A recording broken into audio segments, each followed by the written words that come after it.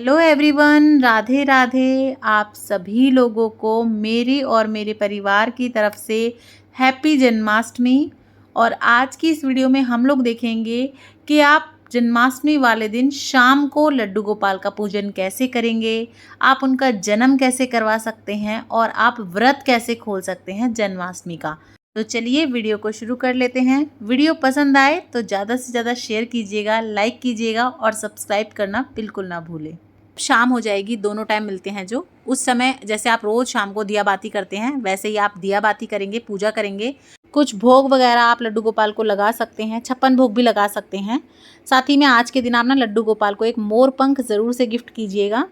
और अब हम लड्डू गोपाल को जन्म के लिए सुला देते हैं या ढक देते हैं। तो उसके लिए आपको ना एक खीरा लेना है और इस तरह का खीरा लीजिएगा जिसमें इस तरह का डंठल निकला हुआ हो।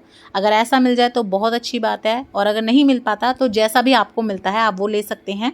या सीताफल या कद्दू जो होता है उसमें भी आप जन्म करा सकते हैं, तो आप यूँ रख भी सकते हैं। और अगर आपके लड्डू गोपाल बहुत छोटे हैं तो आप इसमें कट करके इसके अंदर भी रख सकते हैं, खीरे या कद्दू के। और ऊपर से इस तरह से आप कोई चुन्नी ढक दीजिए, कोई कपड़ा उड़ा दीजिए। और अब इसके बाद हम लड्डू गोपाल को उघाड़ेंगे नहीं। आप यहाँ पे जो है भजन कीर्तन कर सकते हैं बैठ के, आप चाहे तो माला जाप कर सकते हैं, मंदिरों में घूम के आ सकते हैं, झांकी देख लीजिए, या फिर आप अपने खाने की तैयारी, भोग की तैयारी कर सकते हैं। भगवान के दर्शन अब आप भगवान के जन्म के बाद ही करेंगे।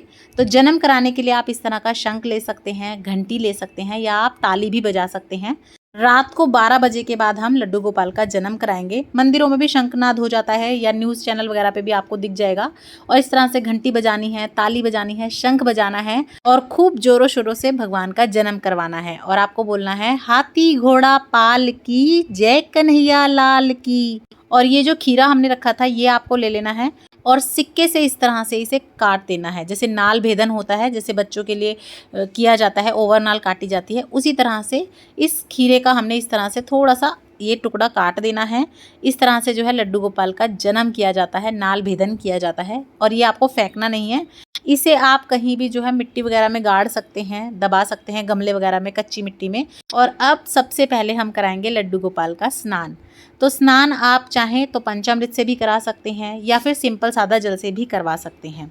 दूध, दही, शहद, शक्कर, घी, पांचों चीज़ों से मिला के आप स्नान करा दीजिएगा।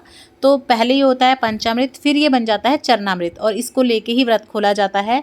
और अगर आपने सुबह स्नान करा दिया था पंचामृत से तो आप वो वाला पंचामृत भी ले सकते हैं, या आप चाहें तो दोनों टाइम भी स्नान करा सकते हैं। तो हम अच्छे से प्रेम पूर्वक भगवान जी का स्नान कराएंगे। मंदिरों वगैरह में भी इस समय स्नान कराते हैं और फिर वही जो है चरणामृत देते हैं व्रत खोलने के लिए। तो आप स्नान कराने के बाद उन्हें पोशाक पहना दें कोई भी हल्की सी, और उनकी बांसुरी उनको दे दें। और उसके बाद सबसे पहले जो है आप दिया जोड़ लें, उनकी आरती उतार लें, नज़र उतार लें और भोग लगा दें। तो हम यहाँ पे माखन का भोग लगा सकते हैं, आप ड्राई फ्रूट का लगा सकते हैं, और धनिया पंजीरी इस टाइम पे जो है भोग के लिए बनाई जाती है स्पेशल, तो आप उसका भोग लगा दीजिए, जो व्रत खोलने के लिए भी हमें ज़रूर चाहिए होती है। तो पहले भगवान जी को भोग लगाएंगे हम, और आप चाहें तो इस समय पर जन्म के बाद भी उन्हें 56 भोग लगा सकते हैं। तो जो आपका मन करे आप वो भोग में लगाएं उनको, लेकिन शहद ज़रूर से आप भोग में दें, क्योंकि जब भी किसी बच्चे का जन्म होता है ना तो सबसे पहले उसे जो है शहद चटाया जाता है, जिसे घुट्टी देना भी बोलते हैं। तो सबसे पहले हम उन्हें शहद ज़रूर से खिलाएंगे, जल प्रसाद देंगे। और आप इस समय पर लड्डू गोपाल को झूला ज़रूर से झुलाएं। अगर आपके पास झूला है तो झूले से झुला सकते हैं, नहीं तो आप अपनी गोदी में लेके चाहे झूला झुलाएं, पर झूला आप थोड़ी देर लड्डू गोपाल को ज़रूर झुलाएं। तो इस समय पे हम लड्डू गोपाल को झूला झुलाएंगे, अच्छे से उनका जन्मोत्सव मनाएंगे।